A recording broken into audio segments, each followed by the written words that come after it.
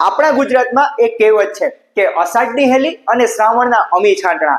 અષાઢની હેલી એટલે કે સાર્વત્રિક વરસાદ પડતો હોય છે અને જ્યાં જોઈએ ત્યાં વરસાદ જ વરસાદ અને ચોમેર હરિયાળી જ હરિયાળી ફેલાઈ ગયેલી હોય છે. પરંતુ શ્રાવણમાં વરસાદ તો પડતો હોય છે, પરંતુ તે ઓછા પ્રમાણમાં વરસાદ પડતો હોય છે. અને હા, આપણા શાસ્ત્રમાં પણ કહેવાયું છે ને કે રોગા માતા શારદા એટલે કે રોગોની માતા શારદા. શરદ ઋતુ, હા મિત્રો, શરદ ઋતુ એટલે કે આપણા અંગ્રેજી મહિના પ્રમાણે સપ્ટેમ્બર અને ઓક્ટોબરનો સમયગાળો કે જેમાં આપણને શરદી, તાવ, ઉધરસ, કફ, સૂકી ઉધરસ, વાયરલ તાવ સાથે ઘણી વખતે ચિકનગુનિયા, મલેરિયા આવા તમામ પ્રકારના રોગ આપણને ભજવતા હોય છે. પરંતુ આવા રોગોથી બચવા માટે જો તમે શ્રાવણ માસમાં આ નિયમોનું તમે પાલન કરશો તો જરૂરથી તમે અને તમારા પરિવારને તમે જરૂરથી આવા રોગોથી તમે બચાવી શકો છો. તો તેમાં સૌથી પહેલો નિયમ કે જે આપણે શ્રાવણ માસમાં અચૂક પાડવાનો છે કે જેમાં તમારે દૂધ એટલે કે દૂધનો ત્યાગ કરવાનો છે, દૂધ ન પીવું. તો હા, સાંભળીને સૌથી પહેલા તો તમને નવાઈ જ લાગીને. તો હા મિત્રો, કે દૂધ છે તે આપણે 12 મહિના દરમિયાન પીતા હોઈએ છીએ, પરંતુ મારી તમને બે હાથ જોડીને વિનંતી છે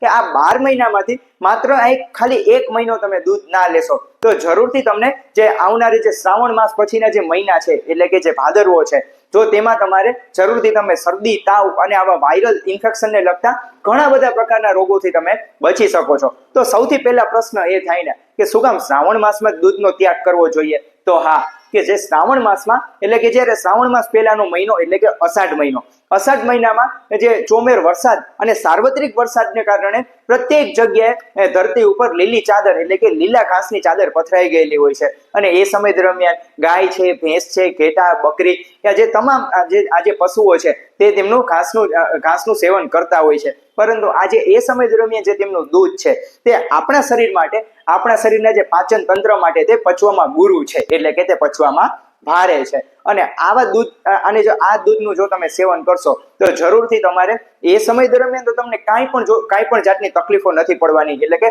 શ્રાવણ માસમાં તમને કોઈ પણ જાતની કાંઈ તકલીફ ના પડે. પરંતુ જેવો ભાદરવો ચાલુ થાય એટલે કે જેવો ભાદરવાનો તાપ ચાલુ થાય એટલે કે સપ્ટેમ્બર અને ઓક્ટોબરના સમય દરમિયાન તમને આ જે પીધેલું દૂધ છે તેમનો તે કફનો પ્રકોપ થાય છે. એટલે કે શરદી, તાવ, ઉધરસ અને કફ આવા અનેક રોગો ઊભા થતા હોય છે. અને પરિણામે તમે અને તમારા પરિવારને તે આવી રીતે આપણને તે હેરાન પરેશાન થતા હોય છે અને તે આપને ભજવતા હોય છે.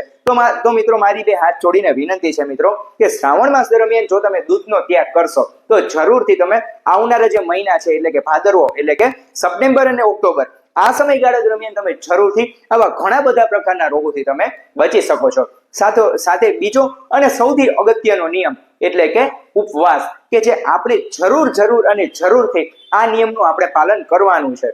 ઉપવાસ એટલે કે નિરોગી અને સ્વસ્થ રહેવા માટેની ચાવી. એટલે કે આપણા શરીરને લાંબા ટાઈમ સુધી સ્વસ્થ અને મજબૂત બનાવવા માટે આપણે જે નિયમ પાડવાનો છે તે છે ઉપવાસ. હા મિત્રો, ભગવાનની ભક્તિ કરીએ અને શ્રાવણ માસ એટલે કે ભક્તિનો માસ, જરૂરથી આપણે ભક્તિ પણ કરીએ, પરંતુ સાથે સાથે ઉપવાસ એટલે કે અષાઢ મહિના દરમિયાન આપણે આ સાર્વત્રિક વરસાદને કારણે અને વરસાદી વાતાવરણને કારણે આપણી જે પાચન શક્તિ છે, પાચન તંત્ર છે તે મંદ પડી ગયેલું હોય છે. અને આયુર્વેદમાં પણ કહેવાયું છે કે સર્વે રોગાદિ અપી મંદાગ્નિ, એટલે કે જો તમારી પાચન શક્તિ જ મંદ હશે તો જરૂરથી તમને ઘણા બધા પ્રકારના રોગો તમારા શરીરમાં આવતા હોય છે. અને મિત્રો અને એક વાત અગત્યની યાદ રાખવાની તો એ છે કે લીધેલો ખોરાક તમારો નથી, પરંતુ પચાવેલો ખોરાક જ તમારો છે. તો હા, જ્યારે આપણે ખોરાક ખાવા બેસીએ છીએ ત્યારે આપણે ભરપેટ જમીએ છીએ, પરંતુ તેમનું પાચન બરાબર થતું નથી. એટલે કે જ્યારે વર્ષા ઋતુમાં આજે લીધેલો ખોરાક છે તેમનું બરાબર પાચન થતું નથી.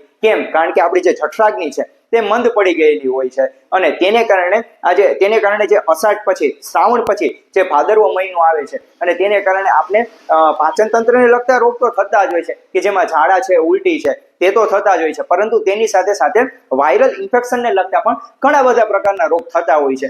એટલે જ તો મિત્રો, આજે પાચન તંત્રને મજબૂત કરવા માટે, પાચન તંત્રને આરામ આપવા માટે એટલે કે આપણે શ્રાવણ માસમાં જરૂરથી ઉપવાસ કરવાનો છે. અને આ સમય દરમિયાન ઘણા લોકો ઉપવાસની જગ્યાએ ઉપવાસ તો કરે જ છે, પરંતુ તેની જગ્યાએ આપણે ફરાળી પીઝા લેતા હોઈએ છીએ, પરંતુ તે ભરપેટ તે ઠૂસીને ખાતા હોય છે, કે જેને કારણે તે ઉપવાસ તો કરે છે પરંતુ તેને પાચન શક્તિને કોઈ પણ જાતનો આરામ મળતો નથી, અને જેને કારણે તેને ફાયદાની મળવાની બદલે તેને નુકસાન જ તેમને થતા હોય છે. એટલે કે તો મિત્રો મારી વિનંતી એ છે કે ઉપવાસ દરમિયાન જરૂરથી તમે ફરાળ એટલે કે ફળા આહાર એટલે કે ફળનો આહાર એટલે કે જે સિઝનેબલ ફળ છે, એટલે કે જલધારા છે, મોસંબી છે, એવા બધા જે સિઝનેબલ ફળ છે તેવા ફળોનું તમારે સેવન કરવું જોઈએ. સાથે સાથે જરૂરથી ઓછી માત્રામાં ફરાળ કરવો જોઈએ, કે જેથી કરીને તમારા પેટને, તમારા પાચન શક્તિને તમે આરામ આપશો, કે જરૂરથી તમે લાંબા સમય સુધી તમારી રોગ પ્રતિરોધક શક્તિ પણ મજબૂત તેનાથી બની શકે છે, અને સાથે સાથે જે તમારું પાચન તંત્ર મજબૂત બનશે, અને તેને કારણે જે તમારો જે લીધેલો ખોરાક છે તે પણ તેમનું ઇઝીલી પાચન, સારું એવું પાચન થશે, કે જેથી કરીને તમારા પાચન તંત્રને લગતા રોગ પણ દૂર રહે છે, અને સાથે તમે લાંબા ટાઈમ સુધી નિરોગી અને સ્વસ્થ રહો છો. એટલે જ તો કહેવાયું છે ને મિત્રો કે ઉપવાસ એટલે નિરોગી અને સ્વસ્થ રહેવા માટેની ચાવી. ઓછું ભોજન, હળવું ભોજન, એટલે કે તે તમારા પાચન તંત્રને ખૂબ જ મજબૂત બનાવે છે. તો મિત્રો મારી બે હાથ જોડીને વિનંતી એ છે કે આ માહિતી છે એ તમારા દરેક મિત્રોને શેર કરો, કે જેથી કરીને આજે શ્રાવણ માસ દરમિયાન જે આવા જે નિયમોનું તે લોકો પાલન કરશે તો જરૂરથી આવી ઘણી બધી અનેક પ્રકારની બીમારીથી તે બચી શકે છે. અને મિત્રો આવી વધુ ને વધુ ઉપયોગી હેલ્થ સંબંધિત માહિતી મેળવવા માટે આ ચેનલને સબસ્ક્રાઇબ કરવાનું પણ ના ભૂલશો. સૌનો આભાર. જય શ્રી કૃષ્ણ.